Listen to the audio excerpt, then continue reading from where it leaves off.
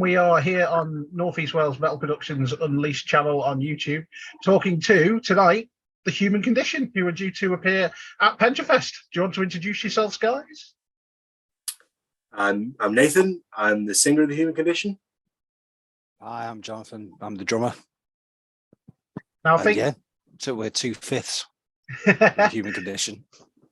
Yeah, I was going to say 2/5. So I think we first met you guys in 2019 at the Star and Garter, where we had a very brief conversation about trying to sort a gig out for 2020.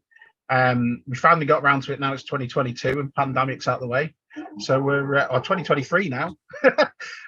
So we're looking forward to seeing you on the 25th of February at Pentre Mcleans for the 2023 version of Pentre Fest. So what can we expect from you guys? A heavy slab of doom. To come away thoroughly depressed, I'd imagine, if you pay any attention to the lyrical content of some of our songs. John, I'll let you add to that.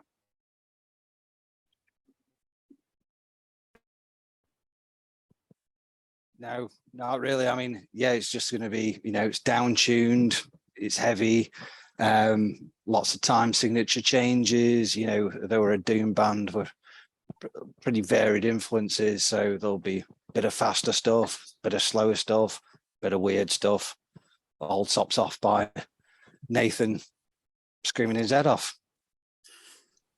Well, I mean, just to kind of be serious for a second, to kind of not misrepresent it, kind of, he says screaming my head off. It's kind of clean vocals, kind of in style of kind of Candlemass, I suppose, that kind of thing, but lyrically more in the style of Warning or 40 Watts and things like that. So a good, as John said, a good mix of influences, really. So normally when you talk about doom bands, at the moment, people automatically, they just think Sabbath influenced, and don't get me wrong, that's not a bad thing. But you are very different from your standard Sabbath ones. I mean, when I saw you the first time, I was thinking more, My Dying Bride, Primordial influenced doom. Does that sit more right with you, or am I barking up the wrong tree?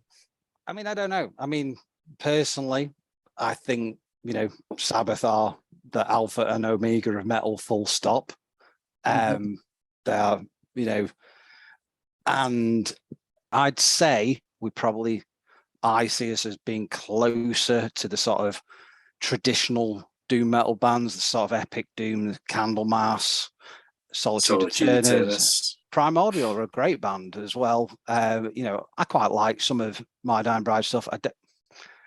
That sort of doom death thing, I like quite a lot of it, but it's not really where our influences come. I'd say the Maryland doom scene, so Revelation, the Obsessed. I'd say Sabbath. Yeah, definitely Sabbath. I suppose in a way it's I get where you're driving at. There's a lot of stuff that's labelled as doom, and it has that kind of bluesy groove to it. I suppose is more sludge in a way, but there's a bit of Sabbath in there. So there's a bit less of the bluesy element, more just straightforward doom metal, as John said, in that kind of Solitude Eternus, kind of a St. Vitus kind of mode.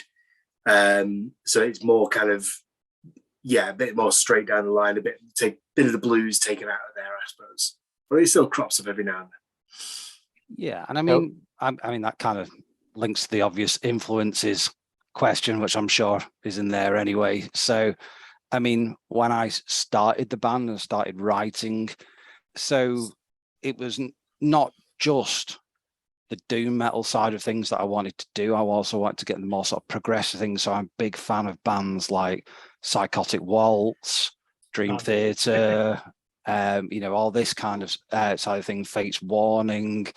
Yeah, so as I mentioned before, Sabbath, obviously.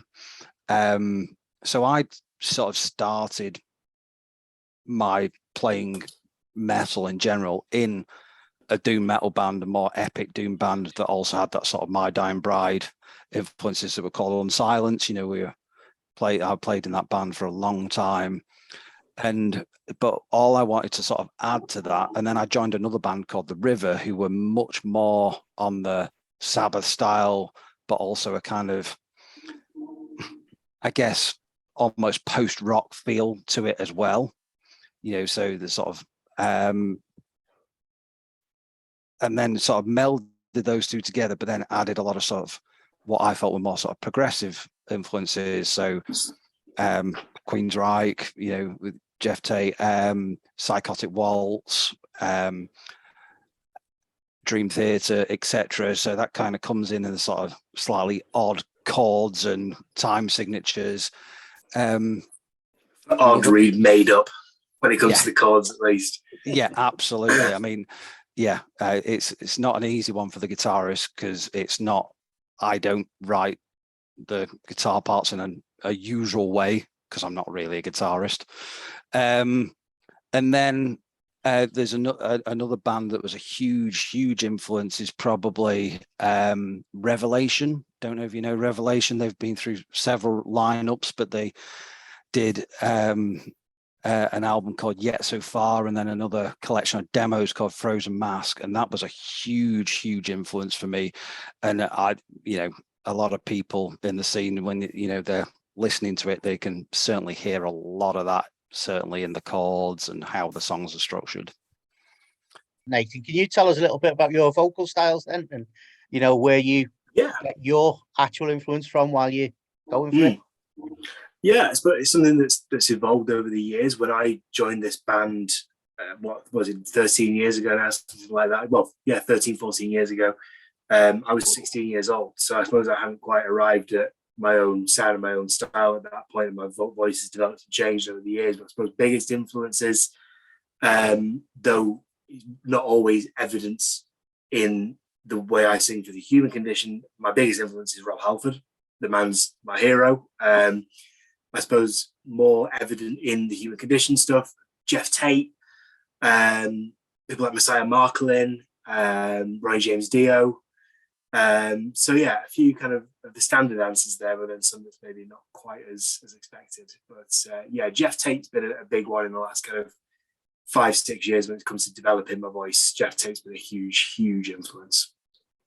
So when you started the band originally, what was your vision for the band, and has it stayed as it was, or have you I don't know whether progressed from there?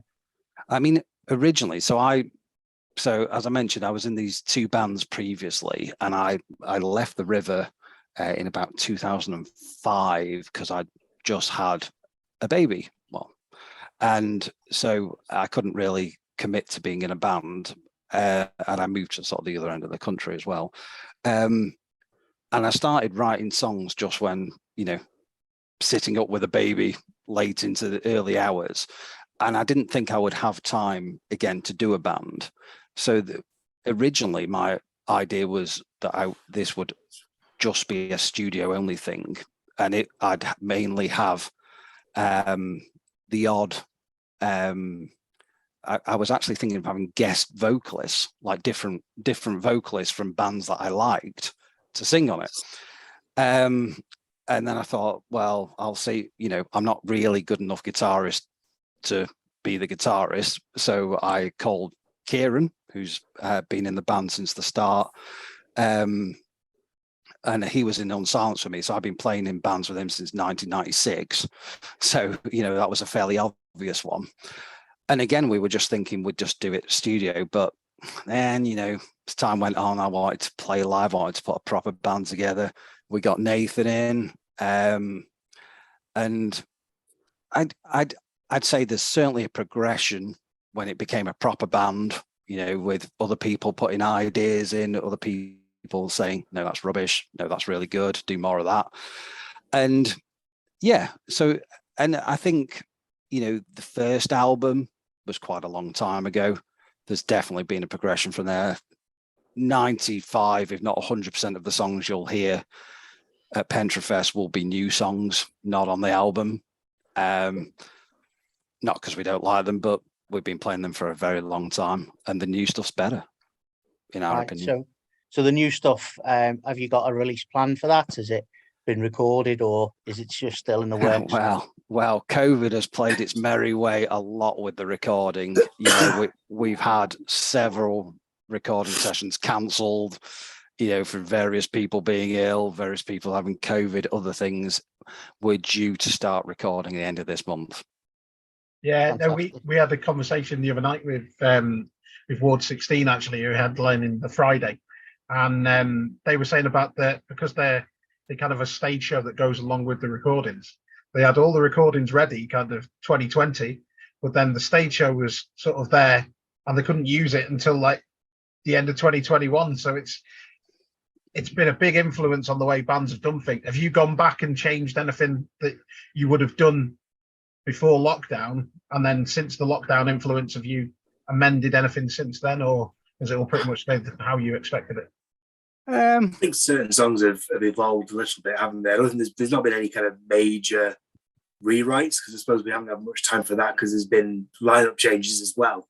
On top of all that hasn't helped either, to be fair.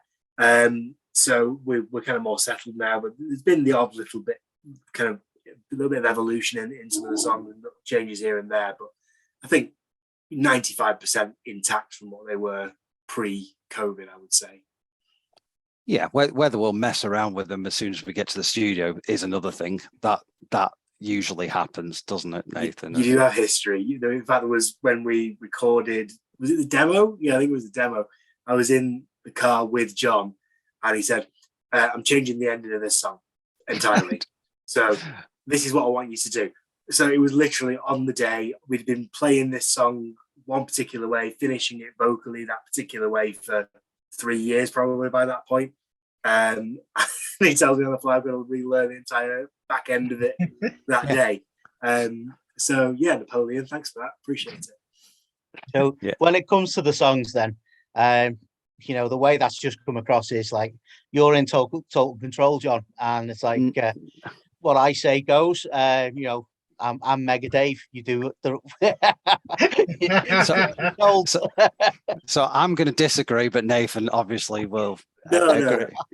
To be serious for a second, I mean, Jon is the main songwriter, which is unusual, really. I think for a drummer to be the main songwriter, and the majority of the musical ideas come from him in the first instance.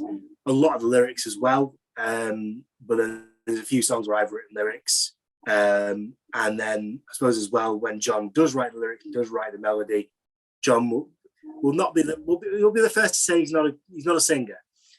So I get a bit of a rough demo from him, and I've got to kind of piece that together into something that's more me, melodic.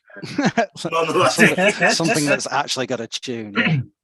So yeah, to an extent, I mean, it is Jon's band. I would say it's Jon's baby. But yeah, there's certainly input from the rest of us, but Jon's where it all comes from to start with. Yeah, and when you go on. No, I was going to say, I mean, I kind of hope that'll change over time. I mean, so Kieran is one of the guitarists. He was the main songwriter in our previous band, although I wrote a fair bit then as well. But he has his own style, which is that band Unsilence, who are still going. So if he was to write anything, it would sound like Unsilence, not The Human Condition. So that's kind of why he doesn't write as much. We've got a new guitarist just come in, Rob. He's already sort of made sort of suggestions that he's going to start writing some stuff. He's got some ideas, so I'm hoping he will add some more. As I say, Nathan's written vocals for some of the tracks.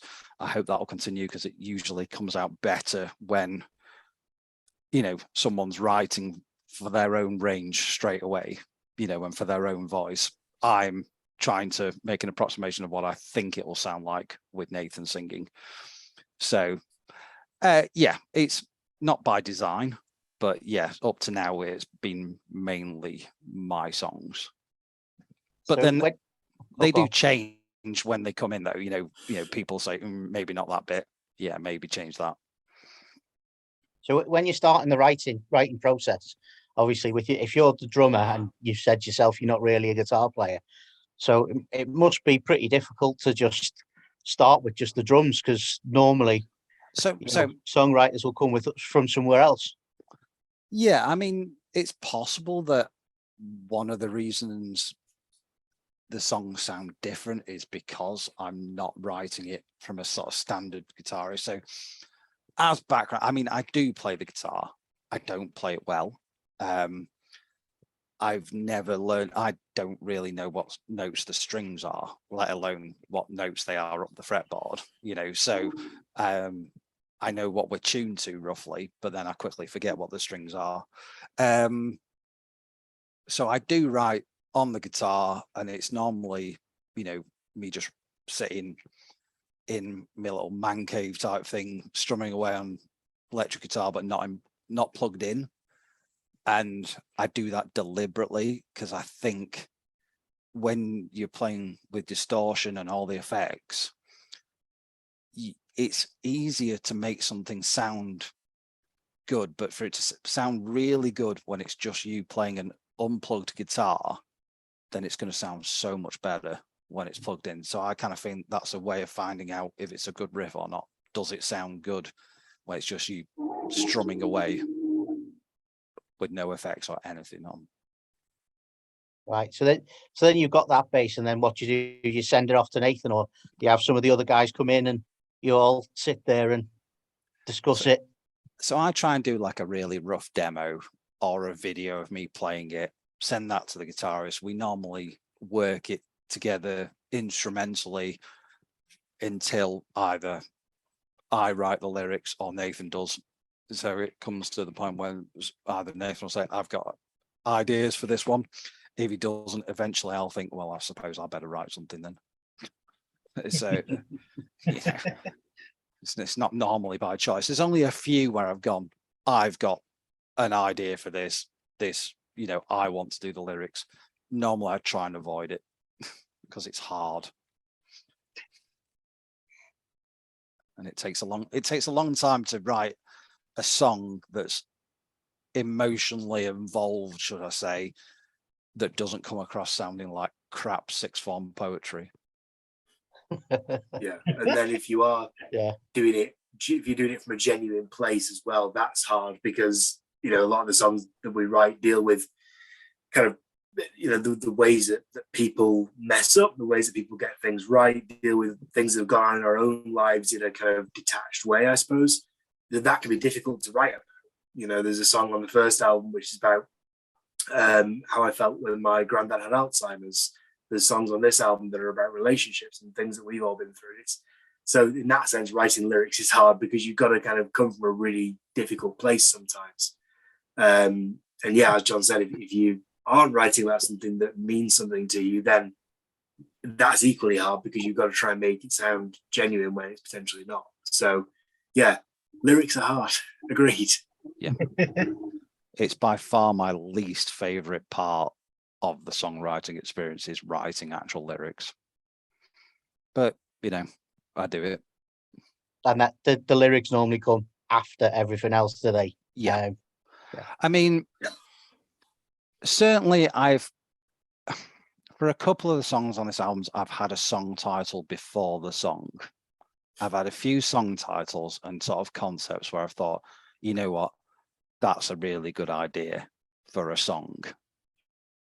So certainly, and similarly on the first album, there's a song called The Gifts I Gave, where I always knew I wanted to write a song about the topic. And then it was just a question of waiting until I'd found the riffs that fitted that mood. But usually the lyrics are last, but sometimes there's a concept that I'm waiting to write a song for. When we last spoke to you, it was actually in the at a live gig in Manchester. Can't remember who you were playing with. Fozzy will probably remember. But was it Satan's Hollow? No, it wasn't. No, it was Star and Garter, wasn't it? You it was with Stoff's old band. Stoff's old band. You said to us that you find it notoriously difficult to find shows to play because of the type of music you do, and you don't really fit on bills very easily. So we said, challenge, yeah, we'll get you on. But has that changed much recently, or are you still struggling to find suitable bills? Yeah, I mean, I think that's been a thing in doom metal, certainly since as long as I've been playing it, since the 90s. There's always been a trend that it doesn't quite fit into,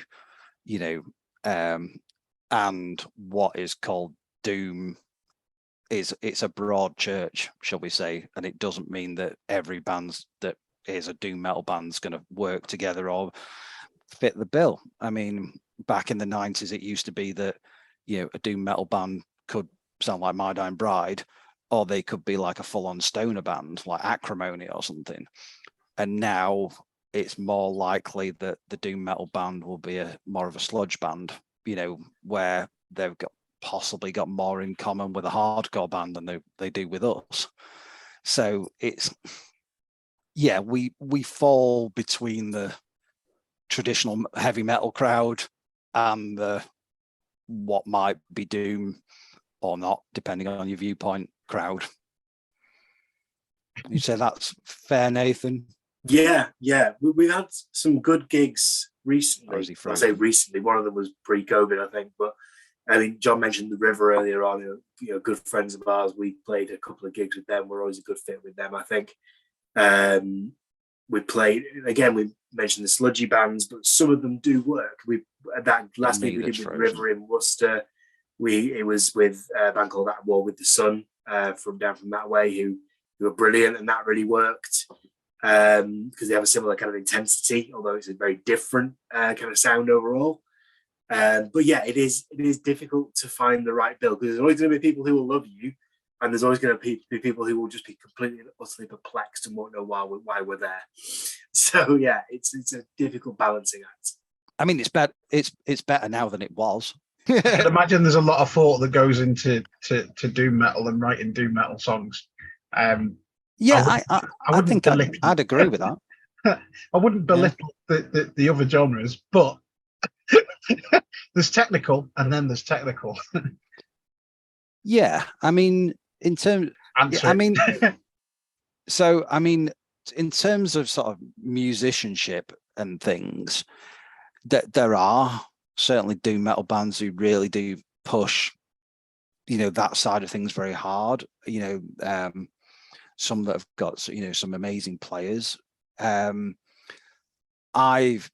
appreciate good musicianship. Like I said, I'm not a particularly good technical guitar player. I think I write quite good songs, which is what I do it. And some of the bands I listen to are influenced are incredibly technical and very much into that side of things. But then other bands, one of my favorite bands is Autopsy, and they can barely play, at best,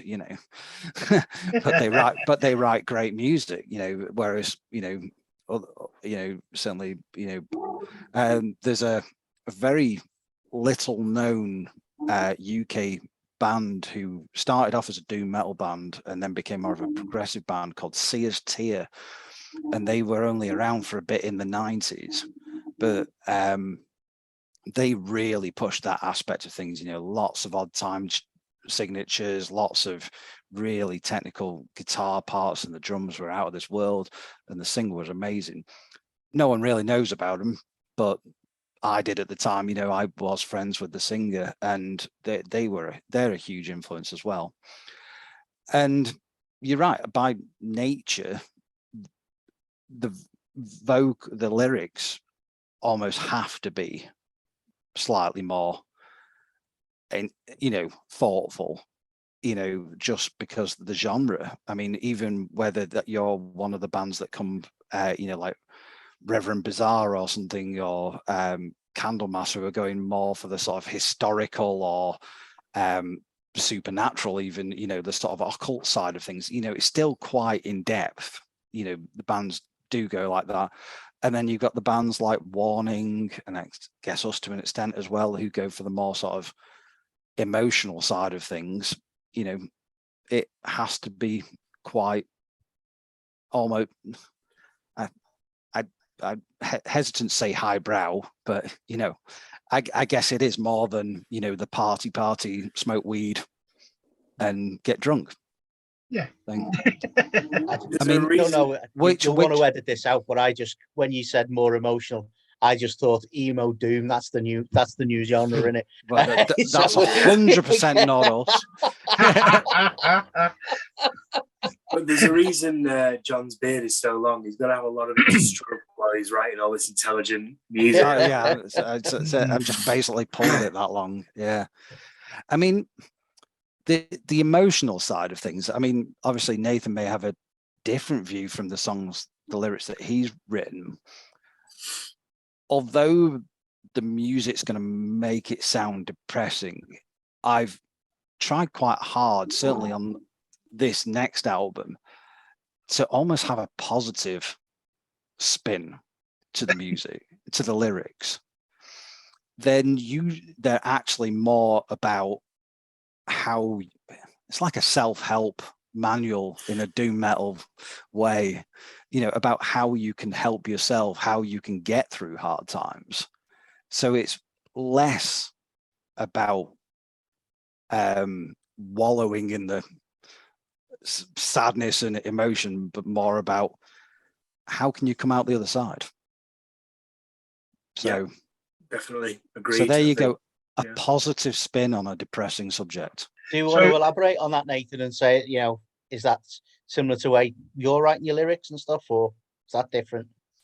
I pretty much agree with John there. This album, I think, represents an evolution as well, in that the first album, as John was alluding to, is kind of a lot more bleak in terms of the way it looks at things. The songs don't necessarily have a positive resolution in whatever story it's trying to tell.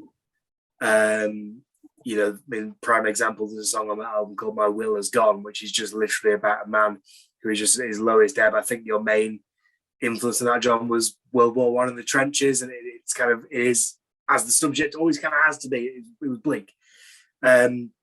Whereas this album, there's the song that's probably going to be the title track, Foundations, is all about, kind of starting from nothing after something kind of terrible has happened and building a new start. There's another song which is about the end of one part of your life, the end of one relationship, and then realizing that wasn't right and finding something new and more kind of legitimate, I suppose. It's more songs almost come in two parts in a lot of cases.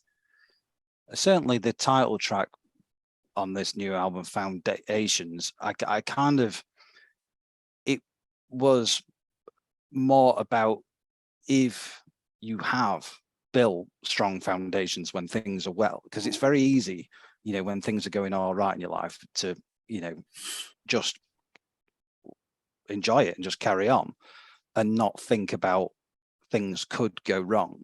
So it's about how building foundations for when things go wrong, because it's not always going to go well. There's always going to be challenges in life. And it's about building the foundations, which are, good friendship circle, making sure you've got people, making the effort to build that while things are going well, so that when things go bad, you've got that to rely on.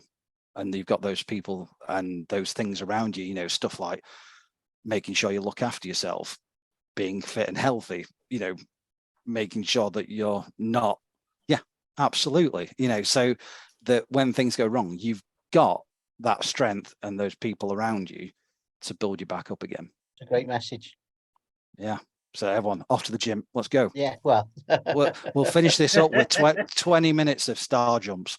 Well, to be honest on that, a lot of people see, especially within our little scene in North Wales, they do see us as like our own little heavy metal family.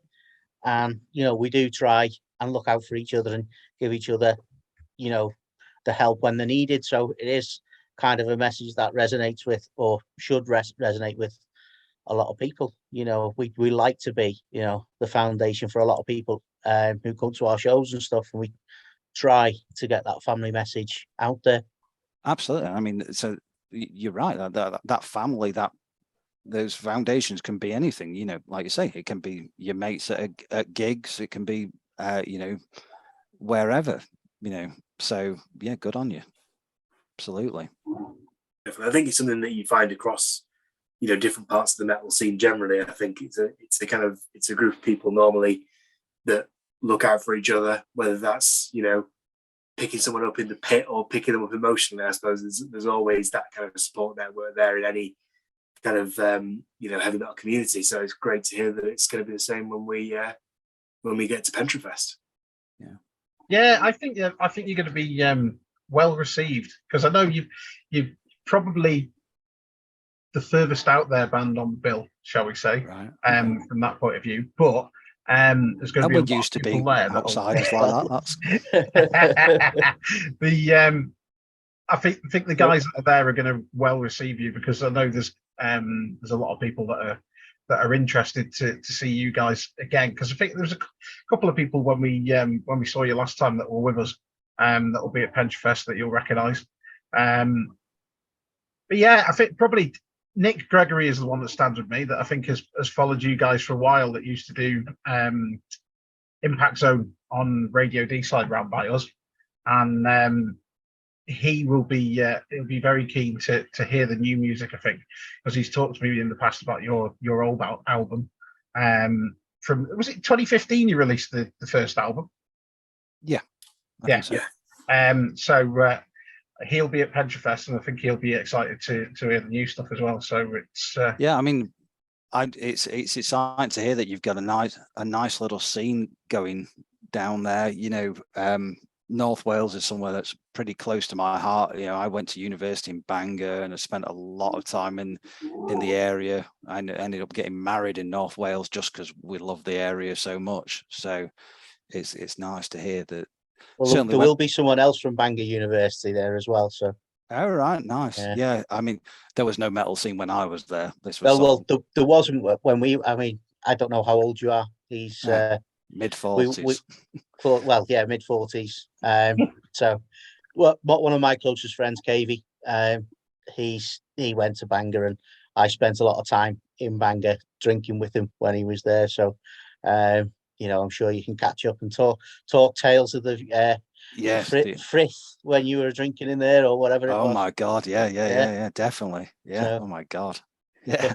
And we've actually got a band from that kind of way playing as well, although very, very different from you.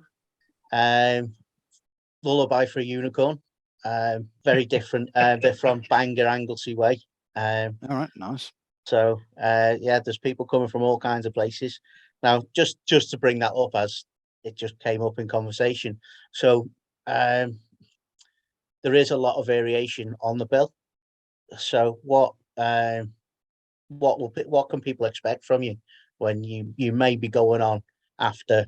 For instance, if you went on after Lullaby for Unicorn, they're all confetti and rainbows and stuff. So I don't know if you know anything about them, but and then you guys could be coming on after. How do you see that? How do you counteract it? And by the way, you can blame me for that ordering if you do end up going on after a man dressed as a unicorn. Feel free to lower the tone of the room.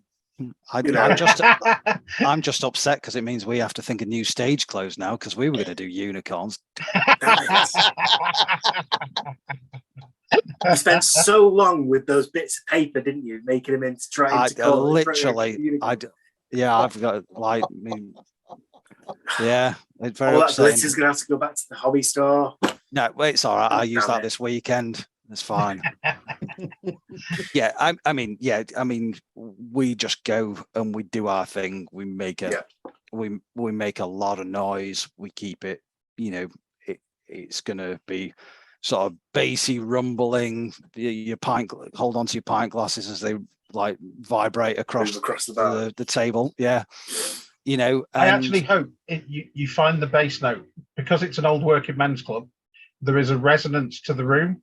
And if you find the right note, the bar shakes, and there's a door frame in the middle of the room that also shakes, and you can hear it rattling. So I hope you find that note, because it's the perfect note for the room. We'll have a go. We'll work it out in sound check. I've I've been to the venue once before actually, and I do remember it was a good sound and it was loud, so that should work quite well for us. I saw Tim Ripper Owens there Oh, cool. yeah, a few years ago now, but yeah, it was nice and loud, so yeah, that should work out quite well for us. But yeah, as John says, coming on after any band, it's part and parcel of doing a festival, I suppose, as well, isn't it? Unless it is a really dedicated, festival where it is one genre. Like I'm in another band, I'm in a power metal band, and we did a festival, and it was all power metal, so no worries there. But we've done gigs where there's been the fastest thrash band you've ever heard in your life on, followed by us doing slow as molasses doom. So yeah, it's just going to be taking our stride, I suppose. Yeah, can I just point out, not to railroad the human condition interview, but now you've mentioned power metal, Beanie's thinking, what power metal band are you in? Plug your other band. Okay, yeah. So I recently joined Sellsword. Oh, right. Okay. Oh, cool. A band from York. Yeah. So they lost their last singer just before COVID, and then obviously delayed with COVID and all that, and then they were looking for someone for a while, and I put my name in the hat and went along, and the rest is history. So yeah, I've been a member since May of last year, I think. So yeah, right. If you like kind of traditional heavy metal / I've seen him a couple of times. Oh, good man. Yeah, seen him a couple of times. I think Vikings was last time I saw him a few years ago, so which was pre-COVID. Yeah. So we'll get back to human condition anyway, because that's why we're here. Because John's getting angry. Yes. I've got nothing to say on this. Well, all right then. I will ask John the question. So you sit there with the singer and he's giving out your doom stuff. Does it bother you that he's actually, playing something different, something very different in another band? Not at all. I mean, to be honest with you, I mean, prior to him joining Sellsword, Nathan was singing in a covers band, and they were doing like all Maiden and Priest and stuff like that. If anything, it's been a big part in his improvement as a vocalist and evolution. The more you practice your voice, it's the same as any other instrument. The more you do it, the better you get. So, well, providing he doesn't blow his voice out completely, but yeah, so working on it. And plus, maybe it tames some of those needs and impulses. I don't want to make him sound like a serial killer, but he's got like deep urges to sing about dragons and things like that and stuff. So it's best he gets these out in a safe space with other exactly. If we're going to Wales, it's got to be done, right? Absolutely. So we won't be getting a doom cover of Hellbent for Leather, no? Sadly not. Oh, no, that would be great. I'd do that, to be fair. That'd be well up for that. Well, we were. I don't know if we're still going to do anything with it. But we were doing a doom cover of Iron Maiden's Alexander the Great recently, which was fun. That's going to take about 20 minutes, isn't it? Yeah, I mean, that's the main reason. Possibly won't be live unless we get a really long set at some time. But yeah, it's not the fastest thing you've ever heard. Yeah. In fairness, Beanie's going to talk to me after this interview and say, "Can we book him just to do a really long set?" Yes. Just do another day, and we can do it all. As long as you could put that Alexander the Great cover in. Yeah.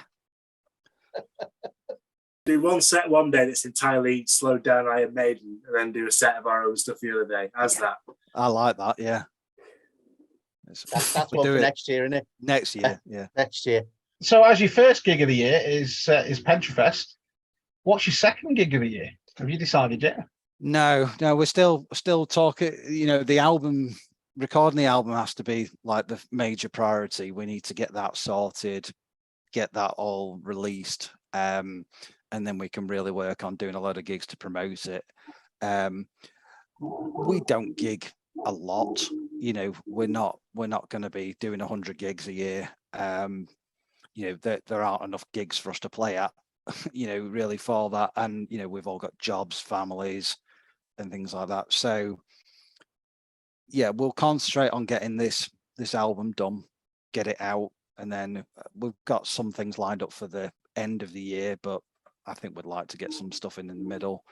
There's a possibility sort of May, I think we're looking at doing a little mini tour with the River, where we'd play sort of down south, so Brighton, London type places might be fun. You know, those guys are still good friends of ours and a great band that you should check out as well. Female fronted doom, but with a real sort of I don't know how to describe it. You know, almost like a singer songwriter type approach. You know, quite a lot of acoustic stuff in there as well, and then all of a sudden properly down-tuned doom as well. Yeah, it takes your head off sometimes. It's surprising because Jenny, their singer, has got this beautiful kind of quite fragile sounding voice, and then it will just smack you around the head with a massive riff. Yeah, they're a great band. We do also have one other gig coming up in July, but we're not allowed to say anything about that one. Yes. Right. Okay. So presently, 2023. I'm just going to check now what's going on in July. So basically, the next few months is all about the album, then. Yeah, definitely. Getting that sorted and getting it out. Yeah, and we're also doing a split CD with the River, which is why we're doing this tour together. So there's a song we've recorded already, and then we're going to do a first recording of the first song we ever wrote together as a band, and that didn't go on the first album or the demo. So we're going to redo that and record that as well. So that'll be quite interesting. So it'll be the newest song we've written and the oldest. So I think I wrote that in 2006 or 2007. It'll be a really interesting thing to do in a way because, you know, at least from my perspective, because the vocals and my vocal style and ability has changed so much in the 13, 14 years it's been, it will need some major rewriting from my perspective. And obviously we've had a change of personnel as well. So yeah, it'll be, when we get around to kind of finishing that off, that'll be a really interesting thing to do. Definitely. Yeah, and we're going to record it live in the studio as well, full band recording in the studio, just to do something different as well. You know, quite keen to try that. You know, it's obviously not something bands do these days. You know, most people, you know, certainly half the people now are recording guitar tracks in their bedrooms and sending it off to a studio, and you know, no one's in the studio at the same time. So I think all of us in a big room recording together is going to be quite an experience. I'm looking forward to it. Yeah, old school, because we're old. Quite nice, sort of old school recording a live set is always a fun thing to do. What you've got to get back to as well is use an analog desk rather than digital. Yeah, I mean, it's funny. I mean, we used to be like, certainly me and Kieran, our guitarists, were like proper purists. We always recorded with analog, and then we did a recording on Pro Tools and we hated it and stuff, but these days we've softened towards it. So have I. You know, I've got a digital desk now. I know, and it's so much better. You know, there's so much sort of emulation and stuff that can really, you'd have to be if you didn't know in a blind test, could you tell? Yeah. If it's done really well, I don't know. But I'd love I think it's come on, hasn't it? And it sounds more real than the first digital desk did, because I think the first digital desks are a bit too electronic, if you like. Yeah. But now I think they've found their way with it, haven't they? It sounds a bit more like a proper live sound. When I did my first sort of EP recording with On Silence, we recorded at Academy Studios, which is where My Dying Bride and Paradise Lost and people like that had recorded, and it was like, a huge desk, that was the full length of the room, like that, and 2-inch tape, everything, and it felt brilliant just to be doing it, because you looked like you were like in a recording studio with Led Zeppelin or something. It was amazing and stuff like that. And then when we did the second one, it was like in a guy's front room, 18 channels, with this little thing like that, and in with a mouse going like that, and I was like, and it didn't feel the same. But I don't know how much of that was the sound quality or just because we didn't like it, the feeling as much. It didn't feel as exciting as doing it the old way. So, well, we will guarantee you will sound brilliant at Pentre Fest. That's one thing. I mean, I'm not technical at all. You know, I'm a mouthpiece. I talk a lot. But these guys, Fozzy, and it'd be Ed who will be doing the sound. Got to give Ed a shout out, to be fair. They're fantastic sound guys, and they will make you sound, you know, Nice. spot on. Yeah, I always step back, kind of as head of festival, and make sure that everything runs smoothly, you know, everyone's on time and all that sort of stuff. And I let Ed from LA1 Audio, bit of a plug for him, he tends to take over and do the desk on the day. And I will say he always does an amazing job. Everyone goes away happy. So do let us know when you've played, whether you feel the same, but I'm sure you will. We did have one year where Master Charger blew up a speaker and set fire to it. Nice. And they still came away happy with the sound. Doomstone are not quite Doom. So whoever Doom can do better. Yeah, no, I know Master Charger. They're a good band. Good band. Yeah. We're not actually putting that down as a challenge to, you know, blow up our speakers and stuff like that. Yeah. No, but we're just Man-O-War style. Oh. The whole thing, Man-O-War style. Get your loin. There's your new costume, John. Yeah. Loincloth, baby oil. Listen, if they pay me enough money, I'd wear me loincloth, you know. You really don't want that, though. Trust me. Thanks for having us. You know, we're really looking forward to it.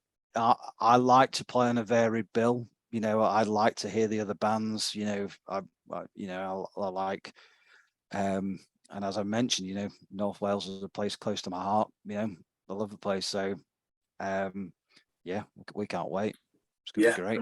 Regardless, it'll be the Human Condition's first time playing in Wales, full stop. So that's always an exciting thing. It's another part of the UK to tick off the list. So we've still got to do Northern Ireland and Scotland, but you know, we'll get there.